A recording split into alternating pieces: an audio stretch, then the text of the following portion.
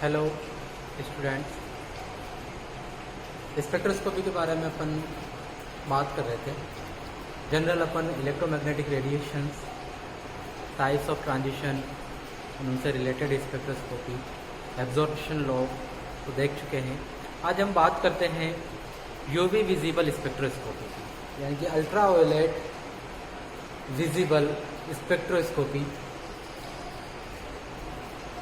इस स्पेक्ट्रोस्कोपी में ये दोनों रीजन की जो इलेक्ट्रोमैग्नेटिक रेडिएशन है, कौन कौन सी, यूवी एंड विजिबल रीजन की जो इलेक्ट्रोमैग्नेटिक रेडिएशन है, ये काम आती है। इसलिए इस स्पेक्ट्रोस्कोपी को यूवी और विजिबल या यूवी एंड विजिबल या यूवी विजिबल स्पेक्ट्रोस्कोपी कहते हैं। इसमें क्या होता है कि जो इलेक्ट्रॉनिक कंपोनेंट होता है किसी भी ईएमआर का, इसका इलेक्ट्रॉनिक कंपोनेंट, दो कंपोनेंट होते हैं। कौन कौन से? Electronic and magnetic. किसी भी इलेक्ट्रोमैग्नेटिक रेडिएशन में दो तरह के कंपोनेंट होते हैं, electronic component and magnetic component. तो इस यूवी विजिबल स्पेक्ट्रोस्कोपी में क्या होता है कि ईएमआर का इलेक्ट्रॉनिक कंपोनेंट जब किसी मॉलिक्यूल के साथ इंटरएक्ट करता है, मॉलिक्यूल के साथ इंटररिएक्ट करेगा, तो ये इस मॉलिक्यूल की जो इलेक्ट्रिकल प्रॉपर्टी है या इलेक्ट्रॉनिक जो प्रॉपर्टी है,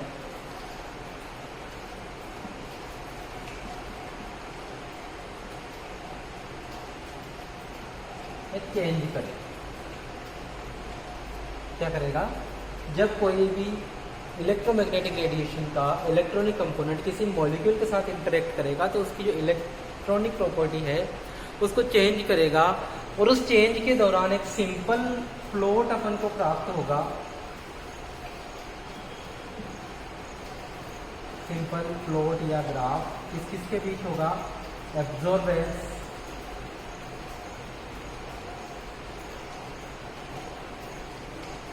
एंड या एब्जॉर्बेंस वर्सेस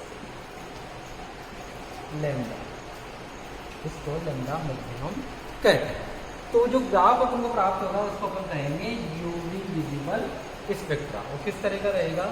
इधर एब्जॉर्बेंस रहेगा, इधर रहेगा लैम्डा। यहाँ पर अपन को इस प्रकार से ग्राफ प्राप्त होगा, जिसको अपन कहते हैं यूवी स्पेक्ट्रम, किसी भी मॉलिक्यूल का यूवी स्पेक्ट्रम। क्लियर? तो हम कहते हैं कि when electronic component of electromagnetic radiation interact with molecule and change the electronic property of molecule and give a simple plot between absorbance and lambda max और wavelength in UV visible spectroscopy. अब ये जो UV visible spectroscopy ये काम क्या आती है? तो यूवी विजिबल स्पेक्ट्रोस्कोपी का जो यूज होता है वो होता है determination of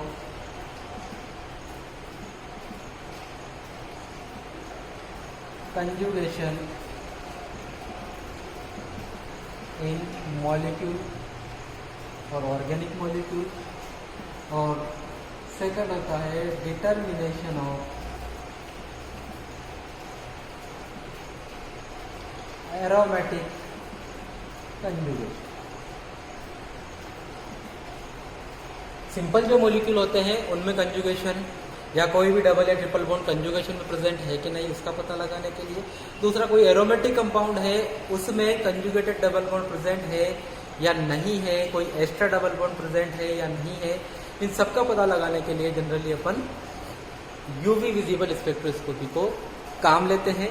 UV visible spectroscopy के रीजन की अपन बात करें, इलेक्ट्रोमैग्नेटिक रीजन की, तो इसका जो एरिया होता है उसको अपन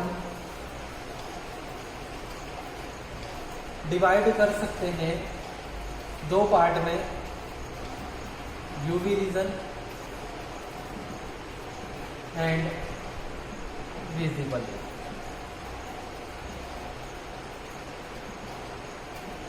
यूवी रीजन में जो एरिया आता है वो अपना 100 nm से लगाकर 380 nm तक का जो एरिया है वो यूवी रीजन में आता है। इसके बाद 380 to 780 nm का जो रीजन है ये अपना विजिबल रीजन में आता है। इसको यूवी वाले रीजन का जो इलेक्ट्रोमैग्नेटिक रेडिएशन का जो रेंज है इसको अपन सब डिवाइड कर सकते हैं दो पार्ट में। एक इसमें होता है वैक्यूम रीजन और दूसरा होता है यूवी या नॉर्मल यूवी रीजन भी अपने इसको कहते हैं, या ये होता है वैक्यूम यूवी रीजन।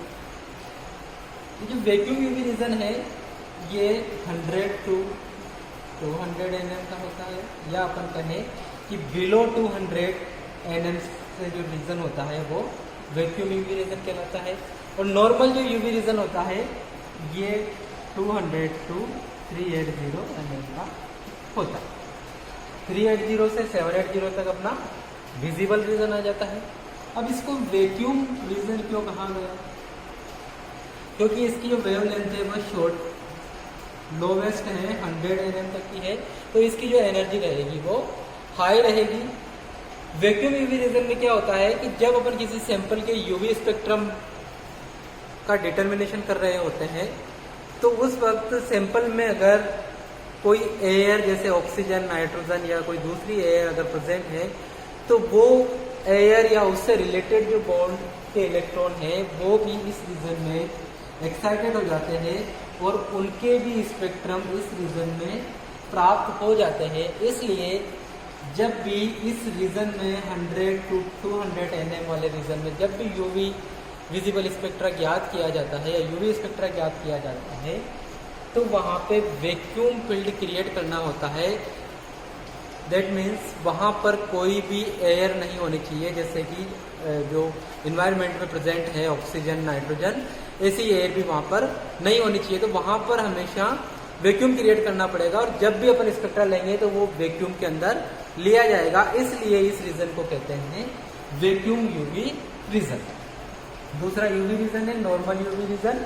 इसमें अपन किसी भी कंपाउंड का यूवी स्पेक्ट्रम ज्ञात कर सकते हैं। यहाँ से लेकर ये जो रीजन है 780 तक का 200 to 780 ये नॉर्मल अपना यूवी विजिबल रीजन कहलाता है। इसको अपन कंजुगेशन याद करने के लिए किसी भी कंपाउंड में, किसी भी ऑर्गेनिक मॉलिक्यूल में कंजुगेशन है या नहीं है, या उसमें कोई ऑक्सोक्रोम या क्रोमोफोरिक ग्रुप प्रेजेंट है कि नहीं है, उसका पता करने के लिए इस रीजन को जनरली अपन काम में ले। अब अपन बात करते हैं टाइप्स ऑफ इलेक्ट्रॉनिक ट्रांजिशन। कितने प्रकार के इलेक्ट्रॉनिक ट्रांजिशन होते हैं? अपन ने देखा था जब हम बात कर रहे थे कि types of electronic transition and related spectroscopy की अपन बात कर रहे थे, तो वहां पर अपन ने देखा था सबसे हायर एनर्जी के जो ट्रांजिशन होते हैं वो कौन से होते हैं? इलेक्ट्रॉनिक ट्रांजिशन या इलेक्ट्रॉनों का ट्रांजिशन। और इसके लिए लगभग कितनी एनर्जी की आवश्यकता थी? डेल्टा ए की जो वैल्यू थी वो लगभग 100 किलो कैलोरी पर।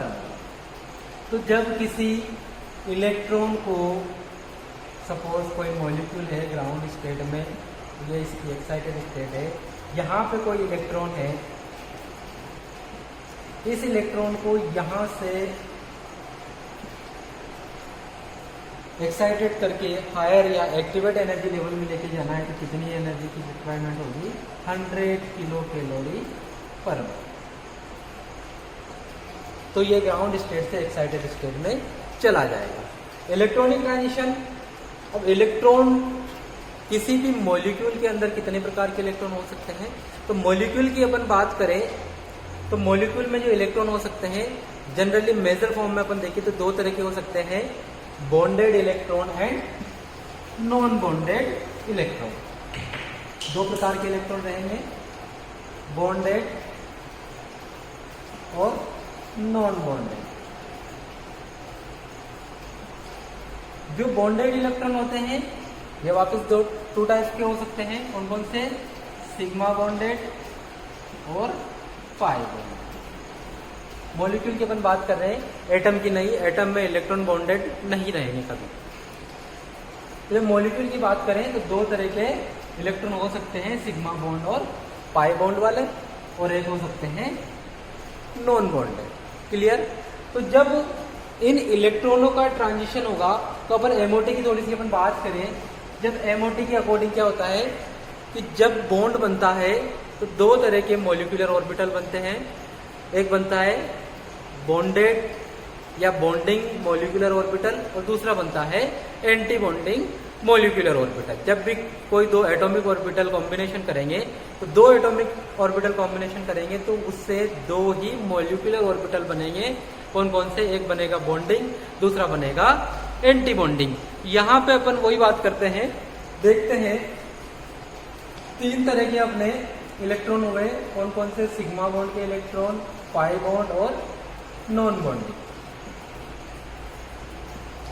नॉन बॉन्डिंग वाले क्योंकि बॉन्डिंग में भाग नहीं ले रहे हैं तो इनके बॉन्डिंग और एंटी बॉन्डिंग ऑर्बिटल नहीं बनेंगे।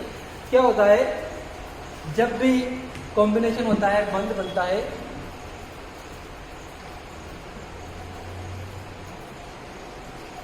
तो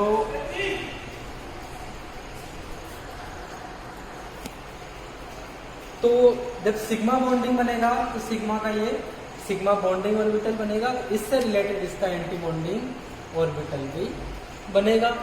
जब पाई बॉन्ड बनेगा तो पाई का बॉन्डिंग ऑर्बिटल बनेगा और पाई का एंटी बॉन्डिंग ऑर्बिटल भी बनेगा। अब बचा कौन, नॉन बॉन्डिंग, जिसको अपन एन से रिप्रेजेंट करते हैं। तो अपन देख सकते हैं यहाँ पर 5 ऑर्बिटल हो गए हैं, कौन कौन से, 2 बॉन्डिंग, एक नॉन बॉन्डिंग और 2 एंटी बॉन्डिंग। जब इलेक्ट्रॉनों का ट्रांजिशन होता है, जब सिग्मा इलेक्ट्रॉनों का ट्रांजिशन होगा तो सिग्मा वाले इलेक्ट्रॉन हमेशा ट्रांजिशन करके एक्टिवेट होके सिग्मा एंटी बॉन्डिंग में मूव करेंगे, पाई वाले पाई एंटी बॉन्डिंग में मूव करेंगे, और नॉन बॉन्डिंग वाले दोनों ही ऑर्बिटल में मूव कर सकते हैं। नॉन बॉन्डिंग वाले सिग्मा एंटी बॉन्डिंग में भी जा सकते हैं और पाई एंटी बॉन्डिंग में भी जा सकते हैं। तो यहाँ पर अपन बात करें कि टोटल ट्रांजिशन कितने टाइप के हो गए, तो पहला ट्रांजिशन हो गया अपना सिग्मा टू सिग्मा स्टार, दूसरा हो गया पाई टू पाई स्टार, तीसरा हो गया एन टू सिग्मा स्टार और चौथा हो गया एन टू पाई स्टार। तो 4 प्रकार के टोटल अपने ट्रांजिशन हुए। कौन कौन से, सिग्मा बॉन्डिंग से sigma anti bonding first type, pi bonding से pi anti bonding second type, non bonding से सिग्मा एंटी बॉन्डिंग और नॉन बॉन्डिंग से पाई एंटी बॉन्डिंग ट्रांजिशन।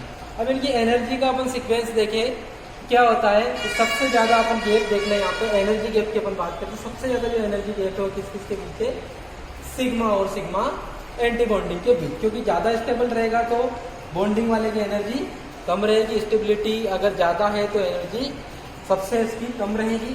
तो जितनी down energy bonding molecular orbital की होगी उतनी ही higher energy anti bonding molecular orbital की होगी। तो जो एनर्जी गैप है वो जो सबसे स्ट्रॉन्ग या सबसे जो स्टेबल बॉन्ड है उसका एनर्जी गैप सबसे ज्यादा होगा, यानी कि पाई टू पाई स्टार वाले का एनर्जी गैप सबसे सिग्मा टू सिग्मा स्टार वाले का एनर्जी गैप सबसे ज्यादा होगा। तो इस ट्रांजिशन के लिए जो एनर्जी की रिक्वायरमेंट होगी वो भी सबसे ज्यादा होगी।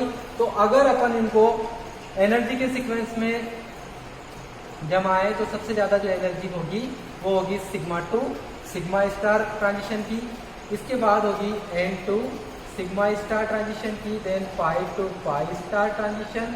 तो सबसे कम जो एनर्जी रिक्वायर्ड होगी वो होगी N to pi star transition. ये क्या हो गया, डिक्रीजिंग ऑर्डर ऑफ